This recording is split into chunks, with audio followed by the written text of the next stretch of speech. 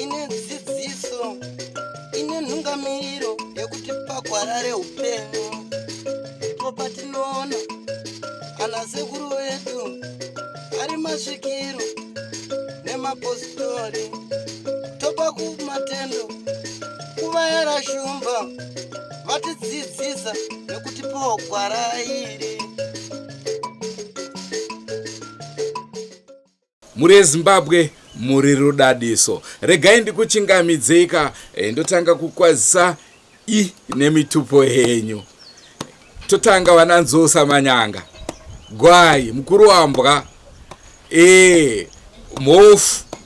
Tazvati tingazoripiswa tikaregedza kukwasa mofu. Kwedzo shumba makadini. Nungu. Vana manjenjenje makadini. Aiwa, ndichaedza kuti ndizive mitupo yenyu mese ndigokwanisa kukukwazisai. Regai nhasi era rimwe zuva. Nhasi uno zvakare ndadzoka zvakare nzvimbo yeHonde Valley. Semaonera muri kuita ndiri ndega. Ndakakuudzai kuti aiwaka pari zvino ana Soko nana Chera ngavambofamba vega, inini ndofamba ndega. Naizvozvo nhasi uno ndikukunzirai nhau yemwanasikana anga achiita kunge ane pamuviri zvekuti pandasvika inini pamba pagogo CHISUKO ndatofungidzira kuti akazvitakura. Asi ndazonzwa mashiro kuti aiwa pasi pamuviri apa kuroiwa. Amenoti condition iyi munoiti chi kumadokta.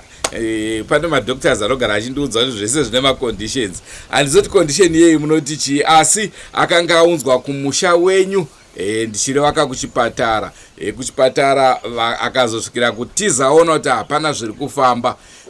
Ndingatosvikira kufa ndiri muno muchipatara. Ndokuenda kwagogo CHISUKO. Ndonorondo yandoda kuti ndikupe zuva nhasi ndimbotaura naye mwanasikana tinzwe kuti zvakamira sei. Chii chaizvo chiri kutora nzvimbo muupenyu hwake. Rangu zita ndinonzi Andrew Neshamba. Senguva dzese tinokurudzirai kusubscribe kuDrewmas Media. Drewmas Media, taking you to another level. Kazuva yemhuri yeZimbabwe, ini ndinoitwa Tarisai Mpakamiso. Ndinogara kuChikomba School. Ndanga ndine dambudziko rekuzvimba dumbu. Ndakatanga ngemararia kupisa mwiri. Ndechendotestwa kumavillage health worker ndatadzobatwa. Vandaenda kukiliniki vandatestwa ndatadzobatwa zvemararia zvakare. Nesi vandibvunza kuti hauna pamwiri here dumbu ranga richizvimba. Vandati handina pamwiri vati kwira pamubhedha vandakwira vanditesta zvakanditesta. Vati ndoite weti vandaenda kuita weti. Kobvati kwanzi paunoendorasa weti yako unoona ndichikutaura chima results akwanenge atipo. Kuti une pamwiri here kana hauna. Pandakadzoka ndanzi handina chi hauna pamwiri ba. Asi mudumbu mako mune chinhu chirimo. Unoenda kuhospital woendoongororwa nadoctor. Vandadzoka kumba. Pendakadzoka kumba ndataura murume wangu kudaro. Saka takabva tangoti uri musi weMonday. Vandarongedza tatoenda kupi kuhospital kuAuna.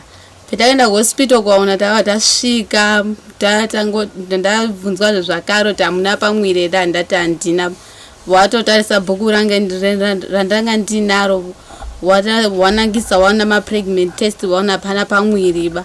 Zvikanzi mudodini mudoongororwa nachiremba. Penda mudoongororwa nachiremba asi panapa hapana chi hapana scan papoto apa hauna hospital. And mudoenda kwaMutare vandapiwa mubhedha paAuna hospital. Pendakapiwa mubhedha ndakapiwa musi Monday ndakaita Monday chipiri chitatu. Zvikanzi udoenda kwaMutare kuonekwa kuscan kuti chii chiri mudumbu menyu chiri kukonzeresa kuti dumbu rizvimbe. Vamwe akati pamwe imvura inenge yawandisa chii mudumbu. Asi handinozokwanisa kuenda kwaMutare kuhospital ndakabva ndangobudiswa nemurume wangu wataurirana natezvara wake vandabudiswa. Pendakabudiswa ndakabva ndaenda kumaprofiti kobatsirwa.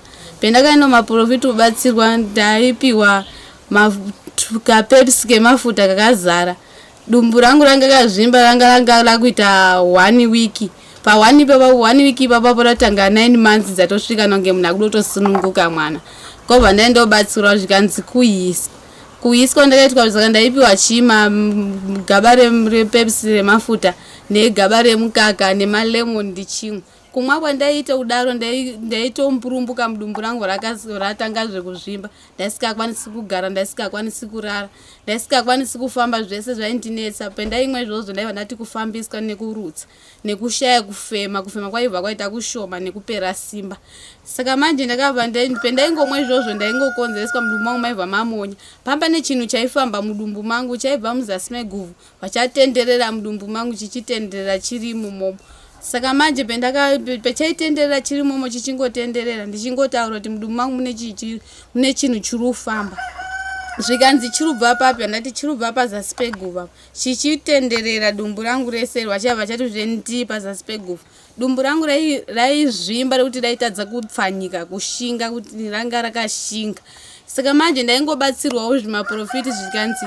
mukaenda kwamutare kuskani ndaona mangochekwa hapana chidu chirikubuda kuiswa kwemakaitwa saka manje nine ndichingobatsirwa ndiri kwaune ikoko kuna ndiri kwatete wangu ndichingobatsirwa ndichingonzi kuiswa malemoni endaipiwawo pendaingomwa malemoni dumbu rangu raingowangira ungodi kuzvimba richingokura richingoenda svika ndakutotambudzika kufema kwakutonditiwo kushoma ndakutorwadza dumbu riro ndakutomburumbuka kugara ndandisisi uchagara saka mubereki wangu akandibereka anoitwa maikiri mpakamiso akabva atumira chihanzvadzi dzangu ikokuona kwandanga ndiri zvikanzi ende motore yemwana pendakandotorwa nehanzvadzi dzangu ndakabva ndauya saka manje ndasikazi kuti ndiri kuenda kupi bambo wangu anga akatotaurirwonzo pane munhu anobatsira anoitwa mbuya CHISUKO ndokuuya kwendakabva ndatobva kuhaona ndatouya panapa pambuya CHISUKO pendakasvika pambuya CHISUKO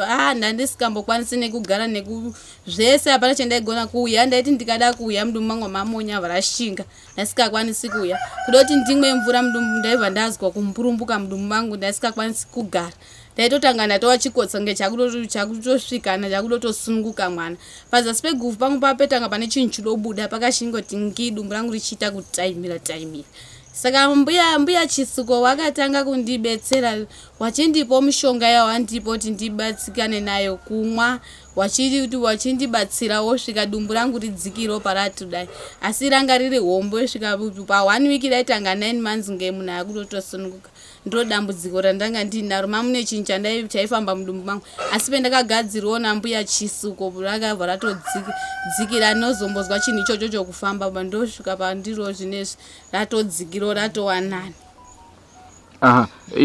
Imi mune mwana here? Ndine mwana. Akura sei?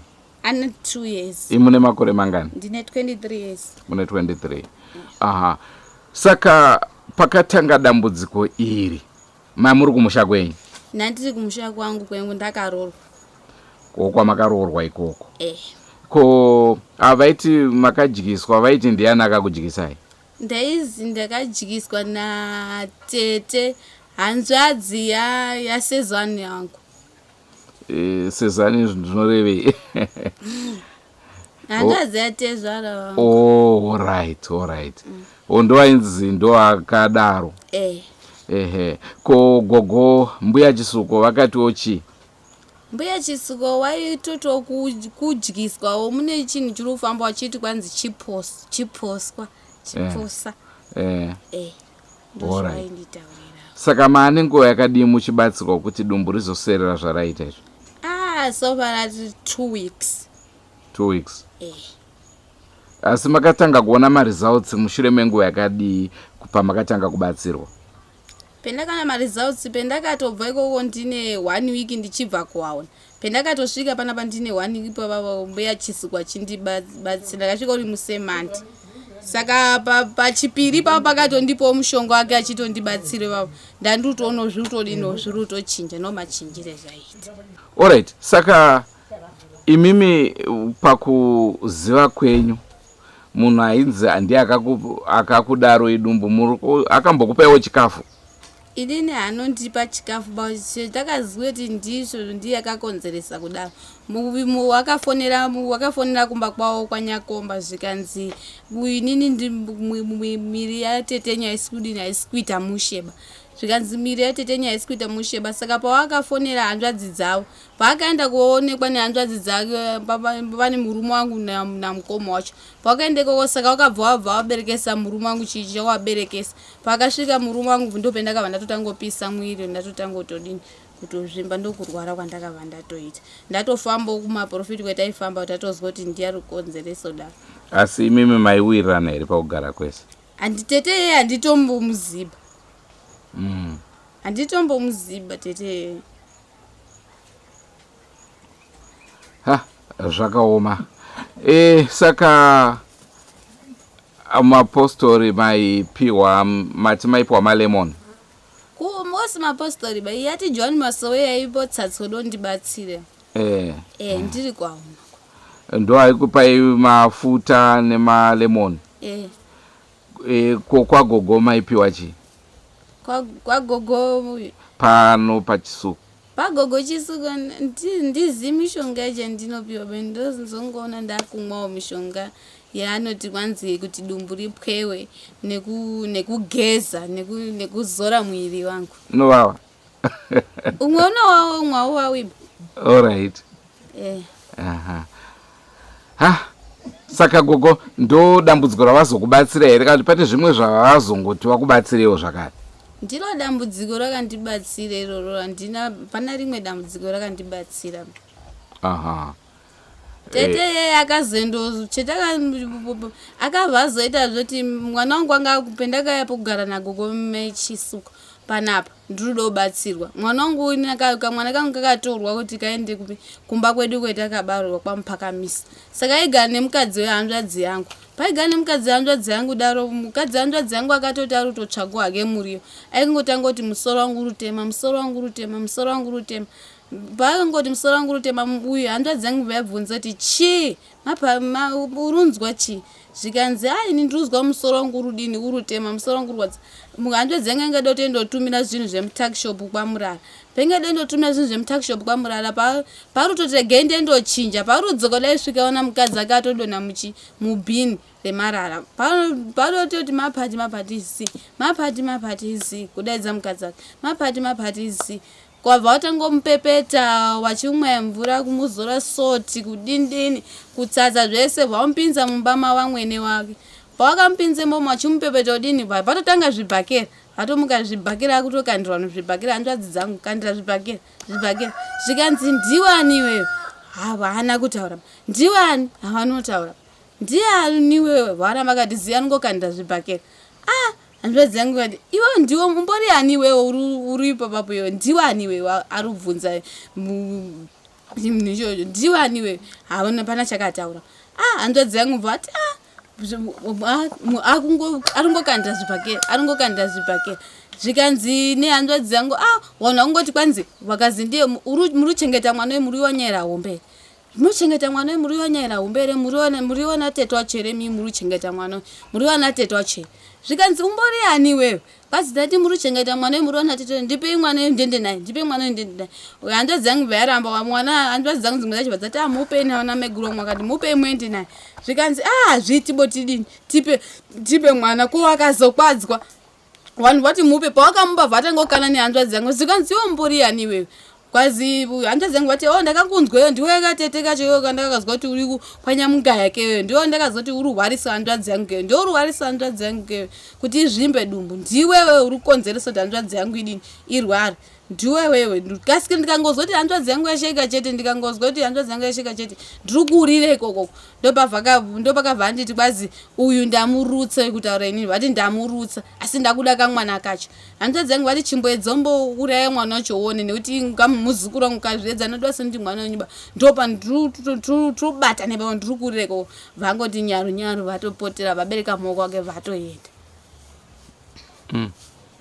Saka nzvimbo yenyu yamunogara imi tingati uroyi hwakawandisa nai? Uroyi huriko. Vanhu vari kuroyana?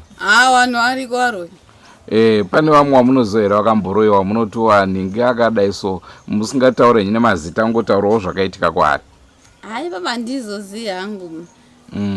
asi ndongonzwa hangu murume wangu achingotaura kuti wamwene wangu ndichibvunza kuti wamwene wangu akashayika nei ndongonzwa achitaura kuti wamwene wangu anzi akapuwa derere kwai ndakabva ndangoritora vandatangotiza naro manya wamwene wangu vatangodaidza kuti iwe unza dererero kunoku katazonipa dererero kana tinonetsana mwana vatiza vazodzimara pachi mai wake dererere mai vatongoya dererero vatofa kufa nederere apuwa nezvivaro izvo zvemumaraini.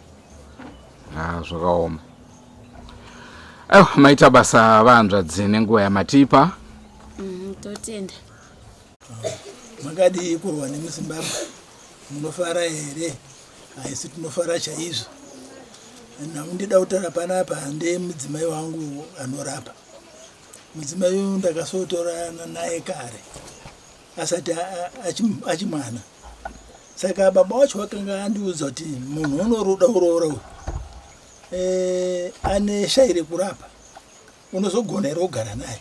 Ndikati zvinogona kuitika kana manditaurira nhoroondo yacho. Saka vakabva vanditsanangura nhoroondo yacho yese.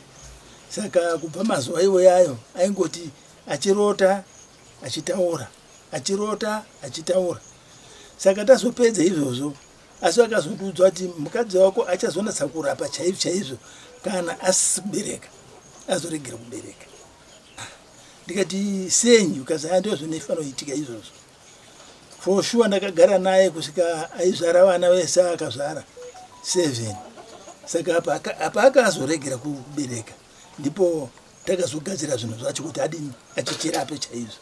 Saka kusvikira nanhasi ari kungorapa. Saka anorapa zvinhu zvakasiyana siyana.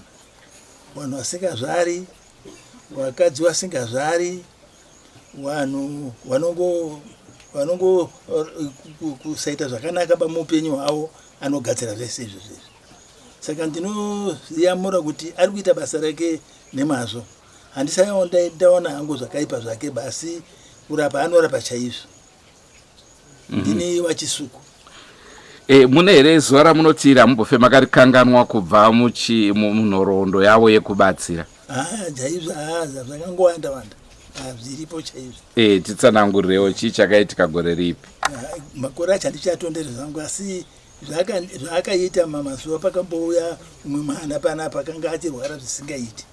Kana mumba mwana kupinda akagara panze. Saka ndomba ndamushaidza yanga yaenda kumunda kwake ndamushaidza baba ndikati pane mwana wauya manje amene kuti muchamukwanisa kugadzira rikazi rega ndiuye ndokuuya ndokuona mwana wake akarara zvake panze. Ukazi chinyi chaitika kubvunza mai acho achingochema. Nditi ndizvo muri kuchema mai unomugadzira sei imi muri kuchema kudai. Kazi mwana wangu handifuti anorarama bo. Kazi naye mai nyararai kuchema kwabva wanyarara. Kwabva pinda zvamusako moko tsvaka zvinhu zvake ndokuuya ndogadzira mwana uya. Akatanga kugadzirawo kubva kuri kuma10 kuzoti kuma12 kuma1 akutofamba hake mwana uya atoaraiti. Ndizvo ndakaona izvozvo. Aiwa, tinotenda zvikuru. Tinotenda nesu. Waziva mhuri yeZimbabwe. Ndofunga kuti mese matundiziva ndiri gogo CHISUKO. Ndiri kubatsira vanhu vakawanda vane matambudziko akawanda. Vamwe vangu vakazvimba matumbu sokuita kunge vane nhumbu aizwi akahyiswa. Saka ndingogadzira kuti ndotsvaka mishonga yekuti amwe nemushonga wozora dumbu racho kuti zviparare. Kana pane zvinga zvifamba mudumbu macho imomo zvingopera zvingoparara zvese.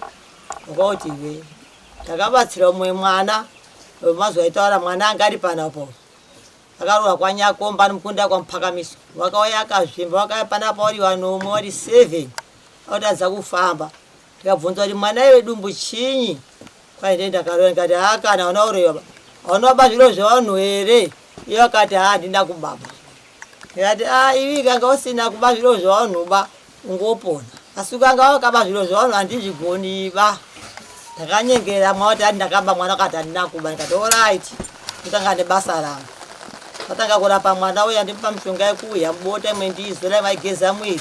Ukapera vakauya zuva rekutanga kuti adzana kugara nepasi anobvira akamborara nezuva rechipiri zuva rechitatu vatanga kuchigara noyashikafu dumbu riya rakandopera kwadi ndopwa bhiti by bhiti kusvika ari nhasi akwakuti hwe mwana watinani ichokwadi waroi variyo musambonyepei asi kanga usati waroi vakuti hakuna waroiwa wari asi isusu tiripo wani magodobora tingozvi dada wakamupa poizeni neusiku kada wakadumbu racho rizvimbe nikogona kuzvipedza izvozvo izvo ndiro basa rangu. Ko vamwe vari kuuya vachiti varoiwa matambudziko avanenge akamira sei?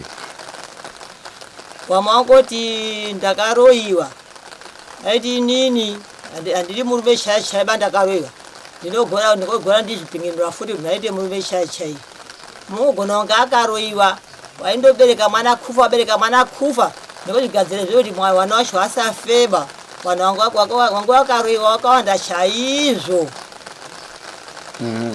Pane vakatibata vachiti gogo ava kunyanya vechirume vaitaura kuti vanoda kukudzwa nhengo dzavo. Vaiti gogo ava vanozvikwanisa here? Hatinanyatsonzwa mhinduro yavo muchikamu chapfuura. Ine kandurapa zvarume zvokuti nhengo ikuri nebasa nazvo dai kaita nhengo diki ibereka vana hapane mhosva iripoba nokugadza kuti munhu aite murume chaisha kuti aberekawo mhuri yake areka kuberekewa muhenge wangu. Ameno, kana muine mamashoko amunoda kuwedzera kumhuri yeZimbabwe? Mashoko ane ndango mashoko akawanda ba asi nikokumbira ngoda rubatsiro kazhinji zhinji arusvika panapa vanhu wane hosha yeBP nokumbira kuno vanhu vangonamata wese kuti ndapota hangu hosha yeBP yaurai munhu ba ingopera kwese aifi yakakudzokerera futi ningozama zvese ndekwa Honde vhari. Hongu muri yeZimbabwe mavanzwa gogo vachitaura ndofunga maakunzwa ruzharu rwakuitika takutoshandisa umbrella kuri kunaya saka naizvozvo hatisi kuita hedu hurukuro hombe hatisi kuita hurukuro yakakura nagogo zuva ranhasi asi nhau yatanga tiri kuda kukuzivisai ndiyo ika yemwanasikana vanzvadzi vangu mavaona vanga vachita kunge vane pamuviri.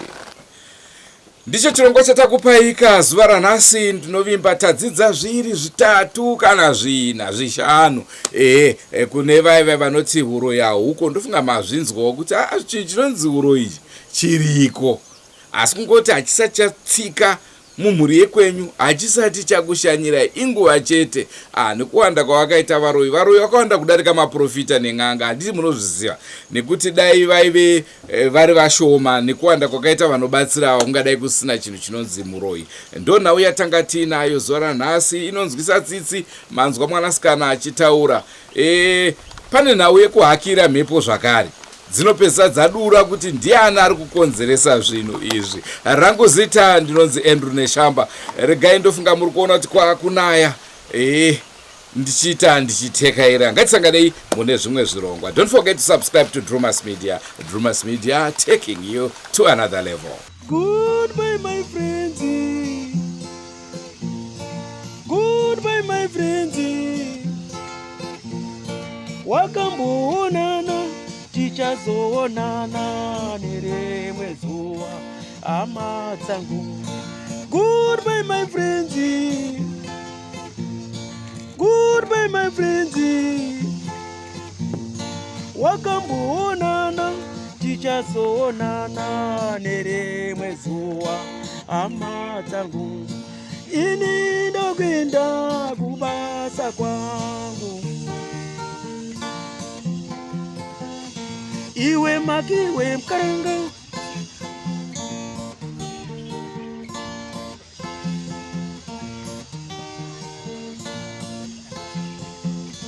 Iwe makiwe mkaranga.